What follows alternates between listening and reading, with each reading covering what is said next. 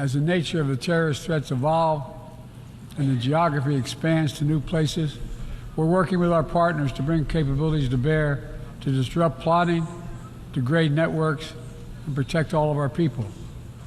Additionally, we convene the Summit for Democracy to strengthen democratic institutions, root out corruption, and reject political violence. And in this moment where democratically elected governments have been toppled in quick succession in West and Central Africa, we're reminded that this work is as urgent and important as ever.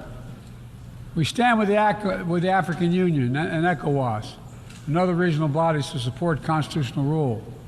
We will not retreat from the values that make us strong. We will defend democracy, our best tool to meet the challenges we face around the world. And we're working to show how democracy can deliver in ways that matter to people's lives. The Partnership for Global Infrastructure and Investment addresses the enormous need and opportunity for infrastructure investment in low and middle income countries, particularly in Africa, Latin America, and Southeast Asia. Through strategic, targeted public investments, we can unlock enormous amounts of private sector financing. The G7 has pledged to work with parties to collectively mobilize $600 billion in infrastructure financing by 2027.